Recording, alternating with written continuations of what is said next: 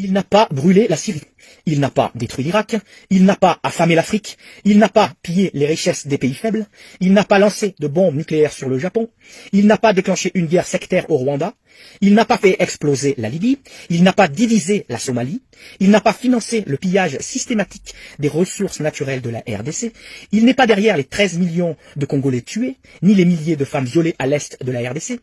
Ils essayent de nous faire croire qu'il est le premier ennemi de l'humanité. Quant à ses adversaires qui ont tué, déplacé les populations, pillé des partis, enrôlé des enfants, sont des démocrates et des humanistes.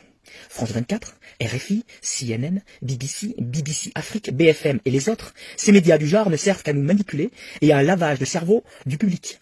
Vladimir Poutine est un héros pour son peuple. Parlons de l'Ukraine, ce que tout le monde devrait savoir. Cela fait 8 ans, depuis la signature des accords de Minsk, que la guerre est présente en Ukraine. Cela fait 8 ans que les cadavres des indépendantistes du Donbass s'entassent. 14 000 morts à ce jour. Cela fait 8 ans que le pouvoir de Kiev tire et tue son peuple sous le regard du monde occidental qui s'en branle les manettes. Cela fait 8 ans que les Russes demandent le respect du traité de Minsk II qui devait garantir l'autonomie des républiques séparatistes du Donbass et du Lugansk. Cela fait encore 8 ans que l'Europe de l'OTAN, 21 États de l'Union européenne, ferme les yeux sur le massacre des russophones. Cela fait 2 ans, depuis le départ de Trump, que Joseph Robinette Biden casse les couilles à Poutine pour implanter des bases de l'OTAN en Ukraine à 750 km de Moscou. Bordel de merde, à force de faire chier le monde, de fermer les yeux en toute hypocrisie, faut pas s'étonner, au bout de 8 ans, que les Russes perdent patience. Pour le moment, il ne s'agit que d'une leçon militaire donnée par les Russes, qui ne tiennent pas à toucher la population ukrainienne, mais à juger le nazi Zelensky, maître d'œuvre de tout ce naufrage qui se cache derrière l'Europe, complice, et l'OTAN pour ce faire, la Russie de Poutine.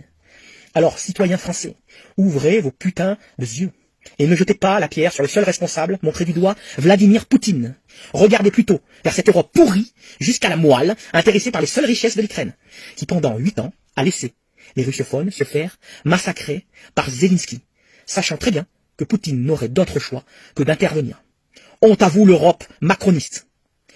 Honte à toi l'OTAN de Biden. Honte au nouvel ordre mondial et sa clique sataniste. Que la vérité triomphe. L'OTAN est une calamité qui doit être dissoute immédiatement.